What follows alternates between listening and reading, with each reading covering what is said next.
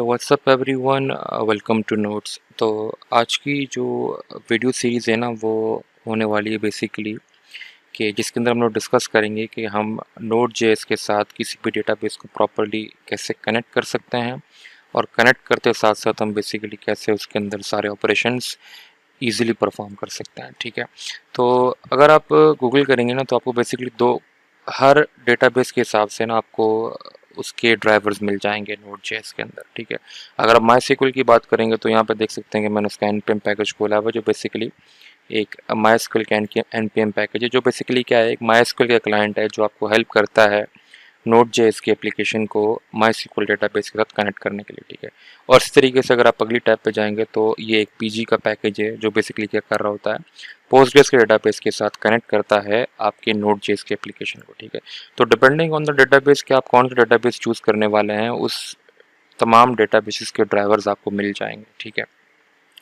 Postgres के case में ये पैकेज है, माईएसक्यूएल के केस में ये पैकेज। इसी तरीके से अगर आप मोंगोडीबी के साथ काम करना चाह रहे हैं तो उसके लिए मोंगूस का पैकेज है, और इसी तरीके से डेटाबेस के हिसाब से अलग अलग ड्राइवर्स आपको एनपीएम के अंदर मिल जाएंगे। Simple as that. लेकिन यहाँ पर एक कन्फ्यूजन ये है और यहाँ पर एक मसला ये आता है कि हम डायरेक्ट इन डेटाबेस ड्राइवर्स को डायरेक्टली इस्तेमाल नहीं करते।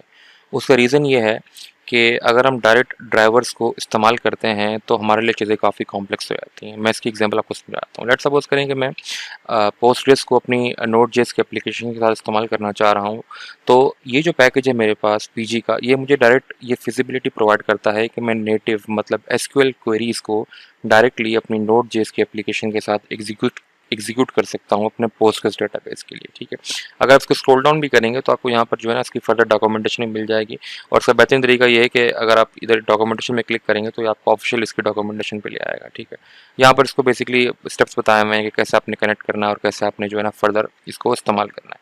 लेकिन मैं यहाँ पर अगर क्वेरीज के सेक्शन में आऊँ तो यहाँ पर आप देख सकते हैं कि इन्होंने सिंपल क्या किया हुआ है, एक यहाँ पर क्लाइंट डॉट क्वेरी की एक डॉक्यूमेंटेशन लिखी हुई जिसके अंदर उन्होंने बेसिकली एक बिल्कुल प्लेन और नेटिव क्वेरी एग्जीक्यूट की है। ठीक है, तो ये क्वेरी बेसिकली जाकर आपके डेटाबेस पोस्टग्रेस में एग्जीक्यूट होगी। मैं अगर थोड़ा इसको जूम इन कर लूँ, ठीक है, तो ये क्वेरी बेसिकली आपके डेटाबेस में जाकर एग्जीक्यूट होगी और आपको उसका जो रिस्पॉन्स होगा वो यहाँ मिल जाएगा। ठीक है, अगर कोई एरर होगा तो इस कंडीशन में आ जाएगा, वरना उसका आपको रिस्पॉन्स मिल जाएगा। सिंपल आता है। ठीक है, अब यहाँ पर इशू क्या है कि ये फर्दर क्वेरीज को इसी बेस पे जिस तरह के आप देख सकते हैं कि जैसे मैंने सेलेक्ट किया इसी तरीके से मैं डेटा को इंसर्ट भी कर सकता हूँ।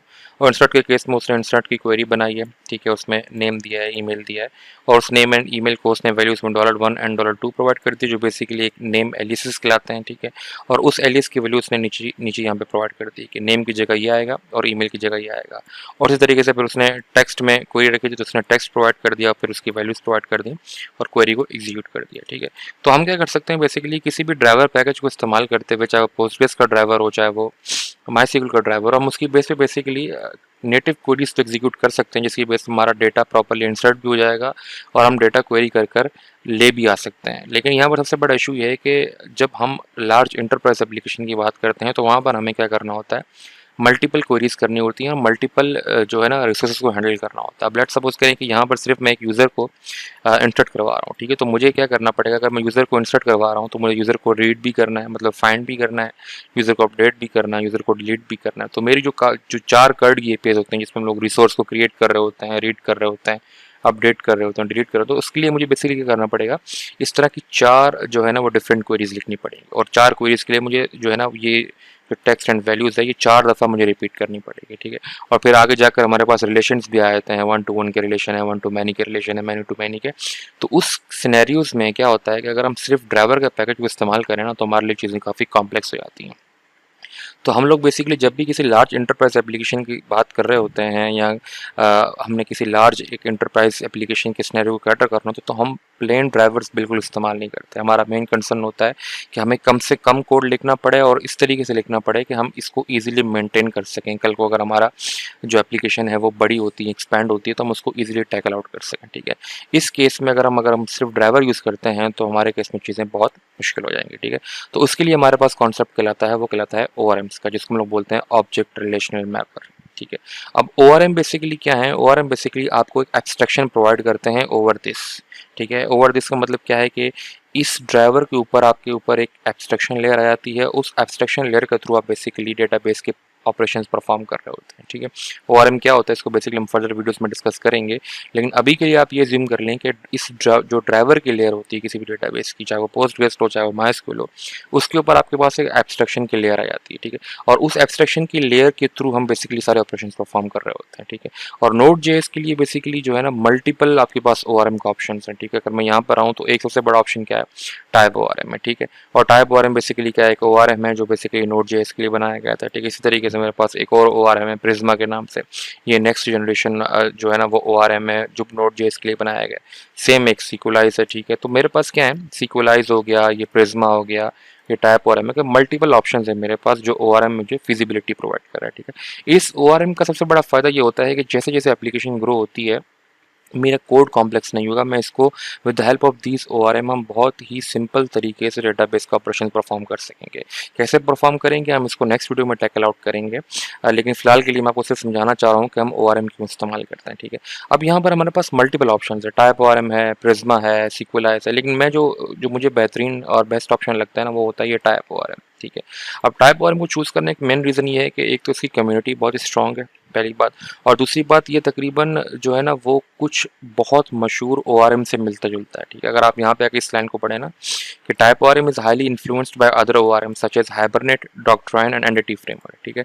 अब जो लोग जावा के वर्ल्ड से आ रहे हैं उन्हें हाइबरनेट का पता होता है, ठीक है। और जो लोग PHP की दुनिया से आ रहे हैं उन्हें डॉक्ट्राइन का पता होता है, ठीक है। और इसी तरीके से एंटिटी फ्रेमवर्क ये भी एक बहुत मशहूर ORM है, ठीक है। तो बेसिकली जो माइग्रेट करना चाह रहे हैं PHP की दुनिया से, जावा की दुनिया से नोड जेएस की दुनिया में, तो उनके लिए मेरे नज़दीक बेहतरीन ऑप्शन है, क्योंकि इसको बनाने का मेन मकसद ही क्या था कि बेसिकली इंस्पायर्ड ही इन्हीं ORM से हुआ था, ठीक है।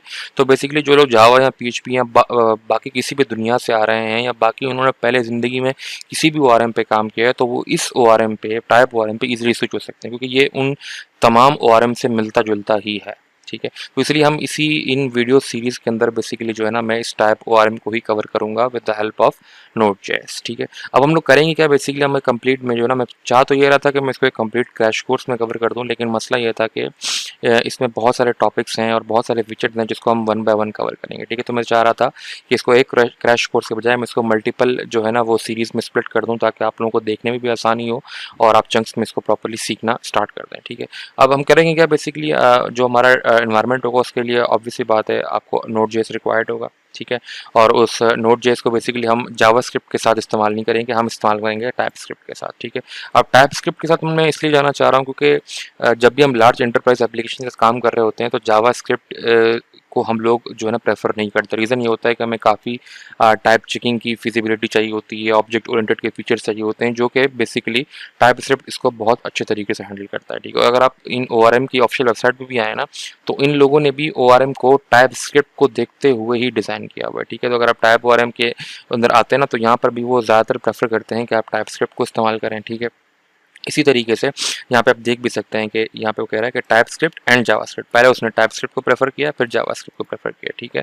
और इसी तरीके से प्रिज्मा पे पर आएंगे तो आप अगेन वो टाइपस्क्रिप्ट को हाईलाइट कर रहा है कि टाइपस्क्रिप्ट के साथ जो है ना आप इसको इजीली इस्तेमाल कर सकते हैं। इसी तरह सिक्वलाइज में भी आएंगे तो आप देख सकते हैं कि उसने मॉडर्न टाइपस्क्रिप्ट जो है ना उसने पहले मेंशन किया। तो ये सारे ORM बेसिकली टाइपस्क्रिप्ट को ज़्यादा अच्छी तरीके से सपोर्ट करते हैं। अब हालांकि इन तमाम ORMs को आप जावास्क्रिप्ट के साथ भी इस्तेमाल कर सकते हैं, लेकिन सबसे बड़ा प्लस पॉइंट ये होगा अगर आप उसको टाइपस्क्रिप्ट के साथ इस्तेमाल करेंगे ना तो आपके लिए चीज़ें बहुत आसान हो जाएंगी, आपको कोड भी कम लिखना पड़ेगा और आपको अगर कल को एप्लीकेशन डिबग करनी पड़ती है तो वो भी आप आसानी से डिबग कर पाएंगे, ठीक है।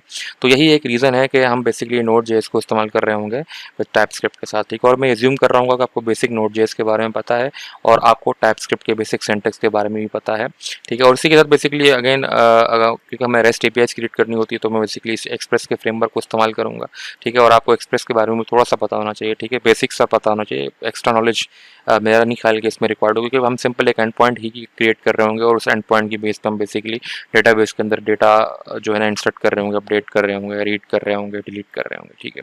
तो बेसिकली हम क्या करेंगे, बेसिकली इस Node.js के साथ ही बेसिकली मैं क्या कर रहा हूँ कि हम Node.js, ठीक है, प्लस एक्सप्रेस और प्लस टाइपस्क्रिप्ट। तो ये बेसिकली हमारा जो है ना वो एनवायरनमेंट होगा और इसी के साथ हम लोग स्टार्ट करेंगे, ठीक है। और इसके साथ मैं एज्यूम ये कर रहा हूँ कि आपको बेसिक एसक्यूएल की नॉलेज भी पता है, क्योंकि ऑब्वियस सी बात है हम लोग डेटाबेस के लिए ही ये सब चीज़ काम कर रहे हैं कि हम डेटाबेस के ऑपरेशंस परफॉर्म करने हैं।